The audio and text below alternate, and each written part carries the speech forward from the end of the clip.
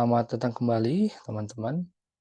Saya akan coba menjelaskan kembali bagaimana cara melakukan project management menggunakan kerangka kerja Scrum ya. Karena saya udah berjanji di channel YouTube saya yang sebelumnya itu udah viral lumayan 6K, 6.000 view ya dalam waktu 2 tahun. Itu saya menjelaskan mengenai tentang penggunaan Scrum ya, from the nutshell. Oke, kali ini aku akan kembali yang lebih formal lagi bahasanya. Kalau yang kemarin itu ugal-ugalan, tapi justru yang ugal-ugalan yang rame gitu ya.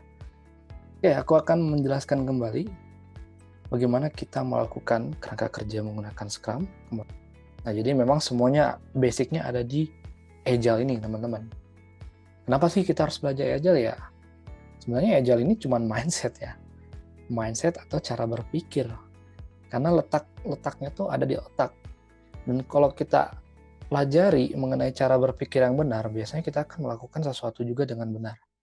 Maka dari itu, kata-kata agile ini sangat jadi buzzword sekali ya, atau sangat sangat booming gitu, viral juga gitu ya. Nah, ini membuat teman-teman yang bilang keganggu sama mukanya yang bergeser-geser, ini juga kayaknya bakal keganggu juga dengan wajah-wajah saya yang tergeser-geser. Tapi nggak apa, ini lebih bisa di-maintain ya. Kalau yang video lama itu dia bergeraknya otomatis, nggak bisa digeser-geser gitu. Oke, jadi balik lagi masalah mindset ya semua juga. Karena kalau kita belajar Agile ini, otomatis kita akan berpikir bagaimana mengerjakan sesuatu itu secara efisien dan lebih meaningful. Meaningful. Lebih efisien, lebih tepat, mungkin bisa jadi lebih cepat, tapi belum tentu ya. Semua tergantung kondisi, situasi, dan capability kita gitu ya. Karena every project, every team, every product, every company, setiap perusahaan, setiap project itu berbeda. Setiap tim juga berbeda. Jadi memang harus dipahamkan mindsetnya dulu ya, dimatangkan gitu. Nah, jadi kalau secara garis besar cara melakukan Scrum itu ya seperti ini gitu. Nanti ketemu yang namanya product backlog, nanti ketemu istilah-istilah yang namanya product backlog refinement atau grooming, nanti ketemu dengan istilah yang namanya sprint planning, sprint backlog, daily scrum, daily stand up, definition of done, acceptance kriteria, sprint review, sprint retrospektif, sprint itu sendiri gitu ya. Itu yang paling umum dibicarakan gitu di banyak software konsultan atau startup digital gitu ya. Secara gambar besarnya seperti ini. Oke, kita akan coba detailkan one by one, satu persatu dari awal sampai akhir dan akan terus berputar ya. Oke, kita coba dari nomor 1, for the first time we need to know, yang harus kita tahu mengenai Scrum, akan ada stakeholders, pemangku kepentingan ya, atau user, atau influencer, atau provider, atau governments.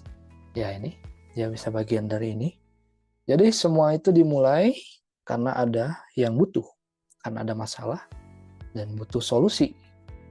Makanya kita proyekan atau buat produk gitu ya. Nah, perlu dicatat di sini ya, bahwa produk itu beda mindsetnya dengan project ya, teman-teman ya.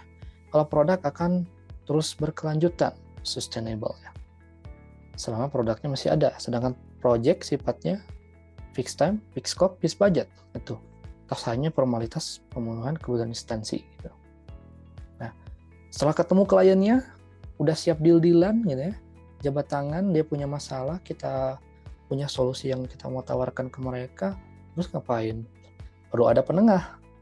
Penengah ini biasa orang bisnis yang biasa kita sebut dengan product owner, namanya aslinya.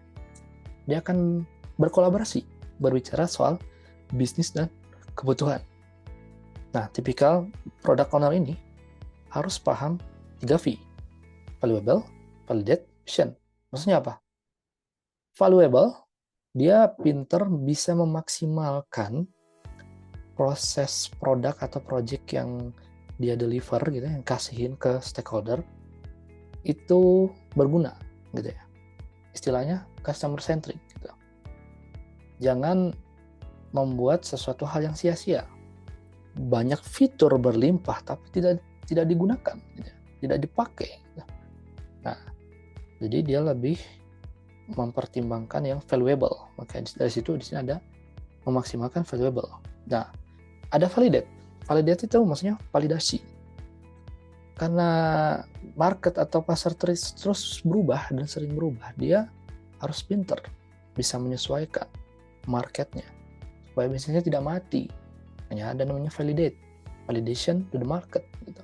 Memvalidasi ke pasar. Dan harus punya visi.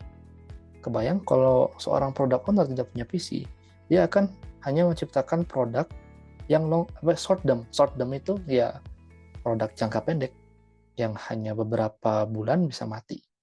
Bukan beberapa tahun atau bahkan puluhan tahun gitu.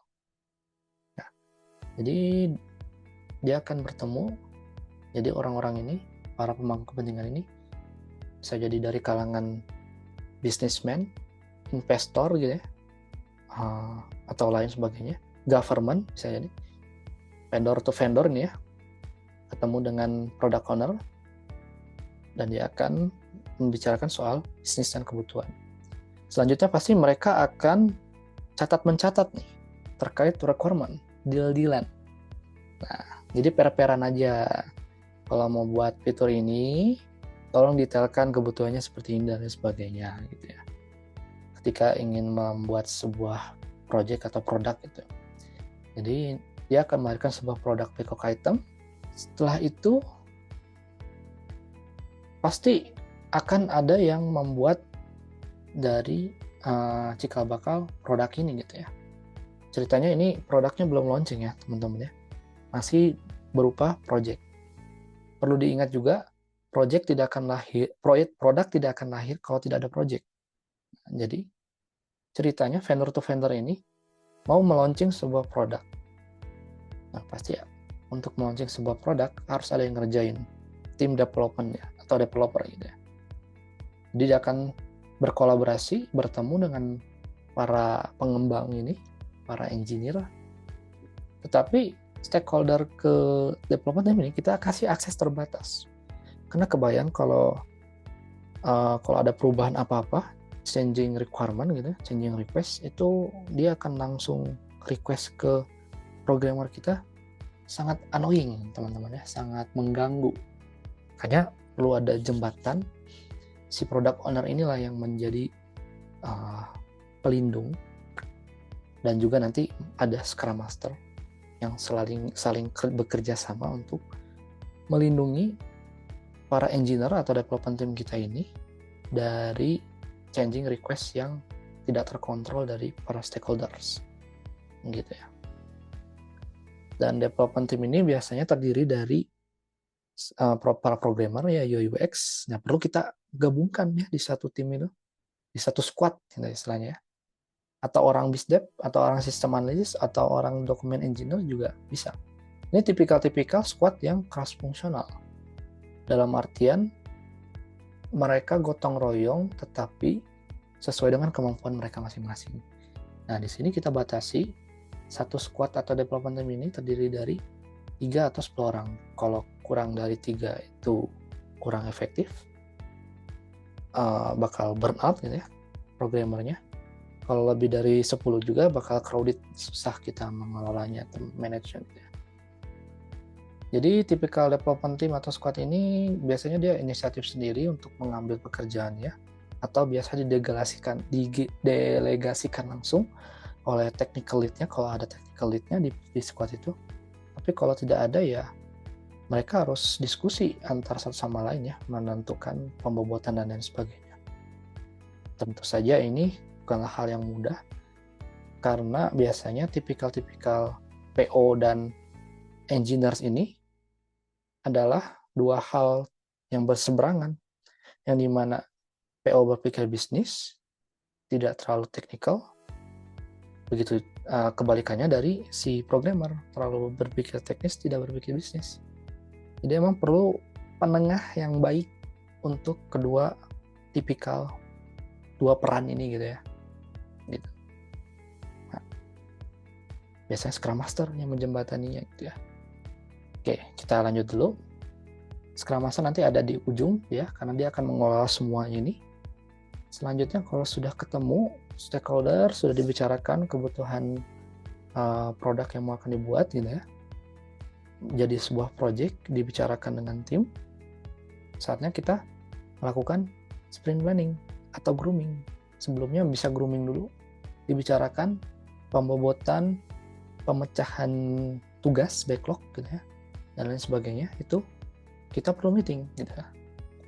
Nah, nomor satu, kita harus melakukan yang namanya sprint planning. Kita planning dulu nih. Nah, komponen-komponen dalam meeting ini biasanya meliputi 3 hal ini ya. Satu, yang jelas ada backlog-nya yang akan mau dikerjain. Biasanya udah jadi sprint backlog namanya, bukan product backlog lagi. Karena kalau product backlog itu, si product owner dikumpulin dulu semua, ditumpuk. Itu PBI ya, product backlog item. Tapi kalau udah diambil sebagian untuk dikerjain, seminggu atau 2 minggu, 3 minggu, 4 minggu, itu udah berubah namanya sprint backlog ya.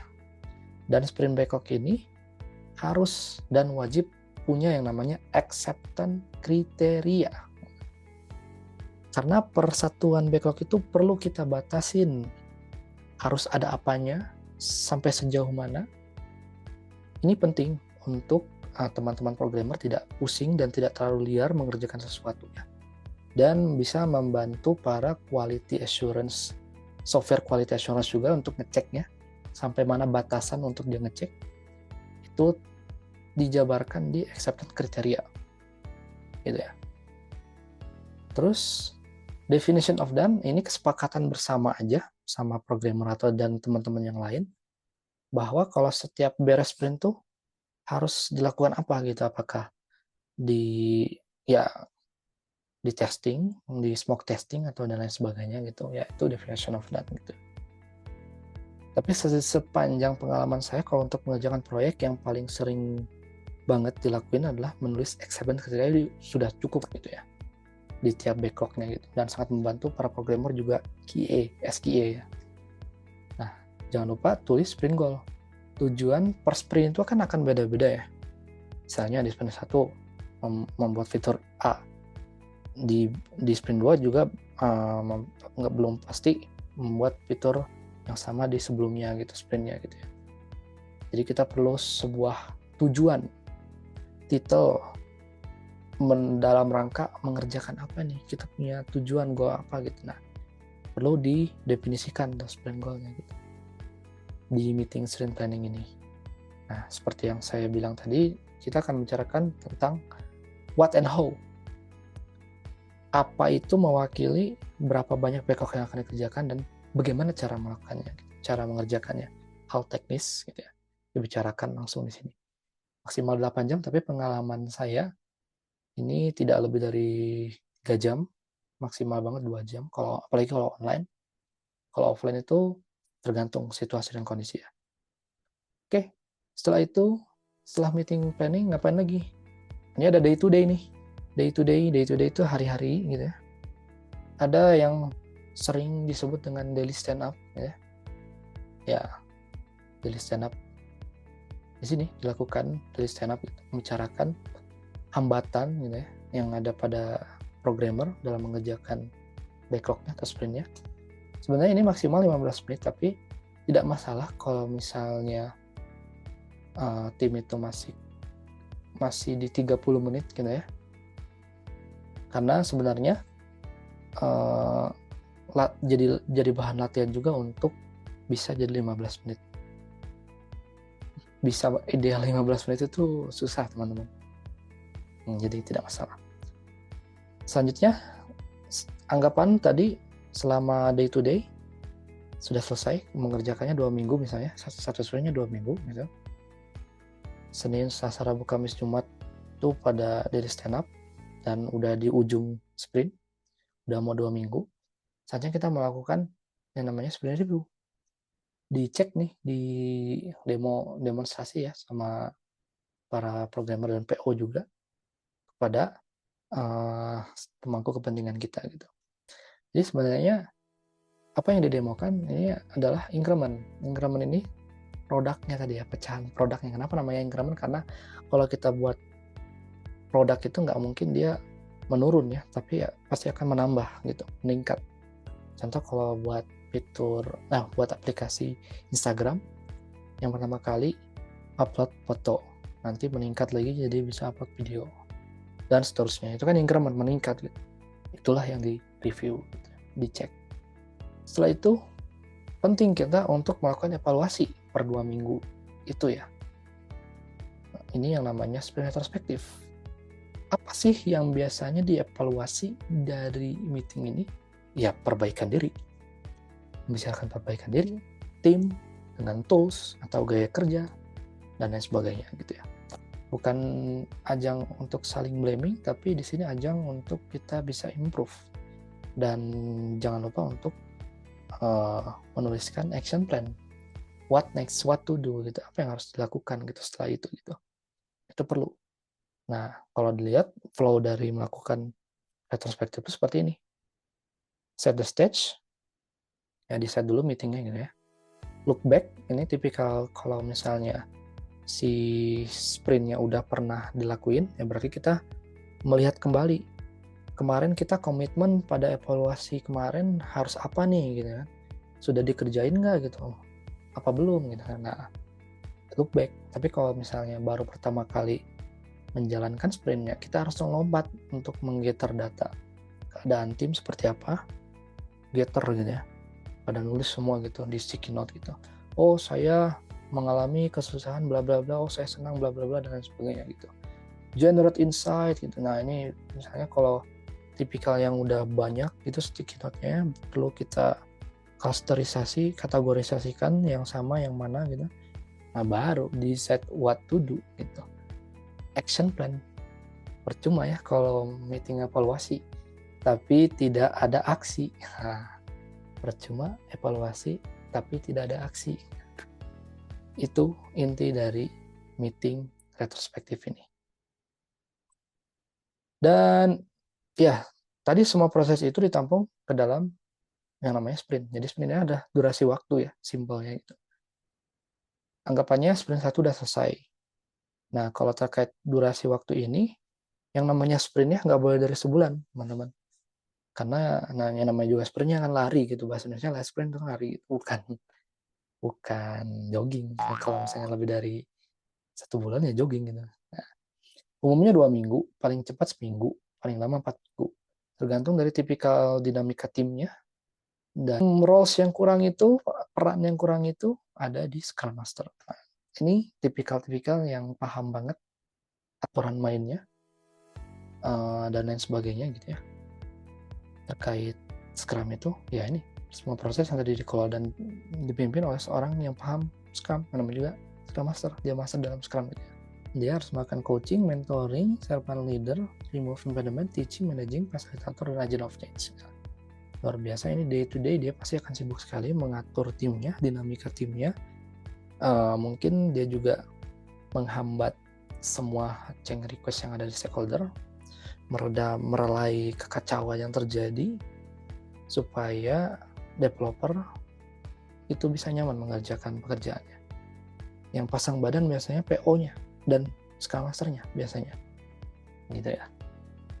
Nah, ini backlog refinement yang saya ceritakan di awal sebelum sprint planning biasanya. Jadi memang tipikal backlog-backlognya itu harus dipecah dulu dan di-deliver dulu. Kita ngambilnya yang garisnya ini aja nih. Yang biasa anak startup sebut dengan MPV, ya minimum viable-nya seperti apa gitu ya. Ya terjadi di meeting ini. Dan dia akan terus berjalan sampai sprint berapa kita meluncurkan produk kita gitu ya. Dari project menjadi produk. Tidak akan ada produk kalau nggak ada project. Ya seperti itulah. Ini rangkumannya, silahkan bisa dibaca. Ini merupakan buku apa ya istilahnya? buku patokannya, buku suci gitu. Ya ada aturan bermainnya secara resmi dituliskan yang tadinya 19 lembar jadi 14 lembar ya. Ini yang baru 2020. Tapi kalau mengacu ke yang lama juga boleh. Dan tools untuk web app penunjang juga banyak ya, bisa pakai Notion, Jira, ini untuk project management, Zoom, Figma, PicJam. Kalau misalnya tipikal tim yang masih baru, belum ada uang untuk bayar Jira, dia bisa pakai Trello juga sebenarnya. Cuman di sini lebih seru. Di sini ada template retrospektifnya ya. Nah, ini tinggal di add aja jadi sebuah template, nanti backlognya ada stand up gitu ya. Backlognya bisa dikumpul di sini gitu. Kecil-kecilin gitu, terus tuh bisa melakukan in progress, complete. Ini ada backlognya. Nah, kalau misalnya satu sprintnya itu udah selesai misalnya, ya tinggal buat lagi aja gitu ya. Tinggal drag aja. Anggapan ini begini ya teman-teman ya. Sprint 1, judulnya apa? Misalnya login. Ya, ini kita kunci aja di sini. Kita kunci semuanya. Di kanan, log. Nah, kalau mau copy tinggal di copy aja gitu ya. Dan kita buka dulu kuncinya. Nah, ini tinggal diturunkan.